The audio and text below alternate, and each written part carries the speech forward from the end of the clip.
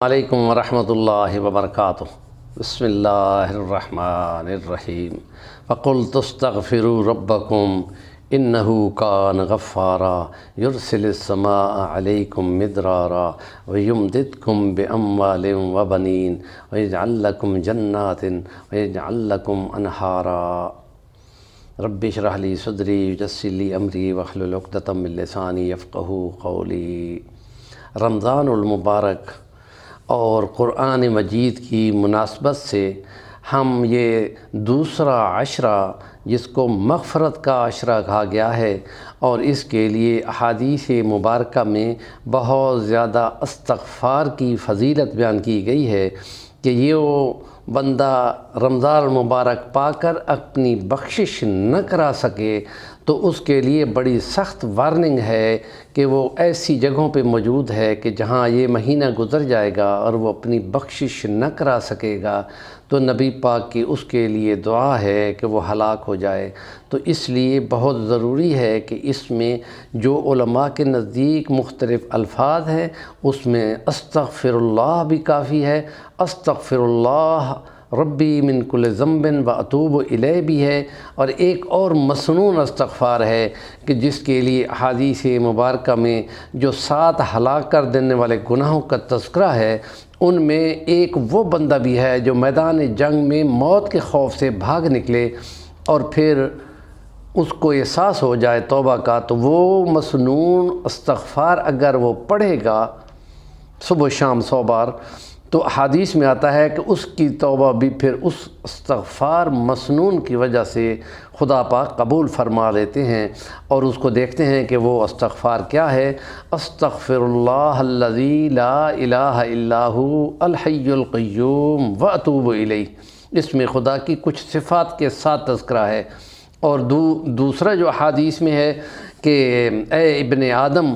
تم اگر شرک نہ کر کے لائے تو پھر زمین سے آسمان تک تم گناہ بھر کے لاؤ گو تو اس کے بدلے میں بھی استغفار کے ساتھ اور توبہ کو اور رحمت کو بھر کے تمہیں واپس کروں گا۔ اس لیے ہم نے پچھلے ولاگز میں بیان کیا ہے کہ شرک جو ہے وہ مانع ہے بندے کی بخشش کی، اور اس لیے کہ منافقت اور شرک کرنے والے، مثلا ہم کہتے ہیں عبداللہ ابن ابی ابن سلول کے لیے نبی پاک نے کوشش کی کہ میں استغفار اس کے لیے کروں تو اللہ پاک نے کہہ دیا استغفار تو آپ اس کے لیے کریں یا نہ کریں میں نے اس کو نہیں بخشنا۔ استغفر لہم او لا تستغفر لہم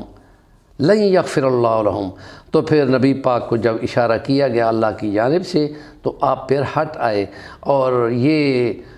بہت اہم ہے کہ شرک نہ ہو اور جو توبہ کرے گا تو توبہ قبول ہوگی۔ اور ایک عنوان بھی ہے کہ روزہ جب بندہ کھولتا ہے افطار کرتا ہے تو اس کو خوشی ہوتی ہے، 2 خوشیاں ملتی ہیں۔ ایک خوشی افطار کی نعمتوں کو دیکھ کر کہ اب میں اللہ کی نعمتیں کھاؤں گا اور میری بھوک پیاس ختم ہوگی، اور دوسرا اللہ سے ملاقات جب ہوگی تو اس روزوں کی وجہ سے اور اس صبر کی وجہ سے خدا تعالیٰ کو دیکھ کر وہ خوش ہوگا۔ ایک اور بات بھی جو حدیث میں ہے کہ خدا پاک جب اس کو کہے گا کہ اپنے گناہوں کو، تو وہ چھوٹے چھوٹے گناہ بتائے گا، چھوٹے چھوٹے گناہ بتائے گا۔ اچھا ٹھیک ہے، خدا فرمایا اچھا ٹھیک ہے ان کو نیکیوں میں بدلتے جاؤ، تو اس وقت اس کو لگے گا کہ میرے تو کچھ بڑے گناہ بھی ہے، تو جس وقت وہ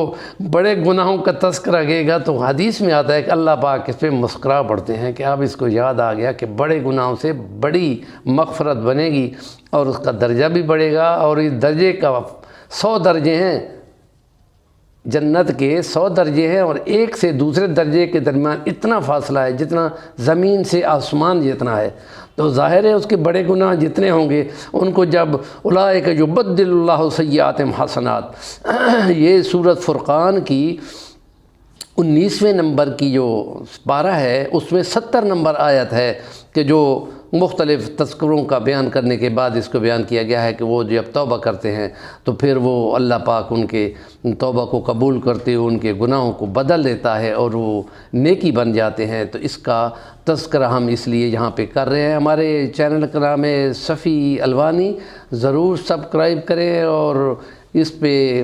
کومنٹ دیں گے تو اس میں زیادہ بہتر طریقے سے افہام و تفہیم ہو سکے گی۔